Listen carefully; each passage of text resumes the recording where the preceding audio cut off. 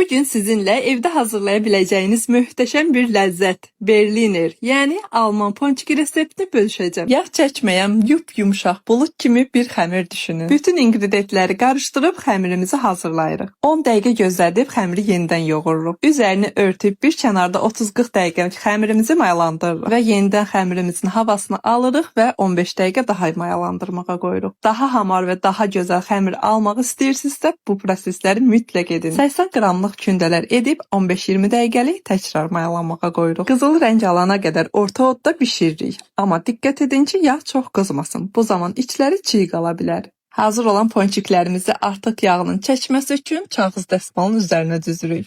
Berlinerlərimizin içərisinə istədiyiniz kimi şokolad yağı, cem və yaxud da istədiyiniz bir krem əlavə edərək nuş edə bilərsiniz. İnanın dadı müsibətdir. Mütləq sınayın və nəticəni də mənimlə bölüşün.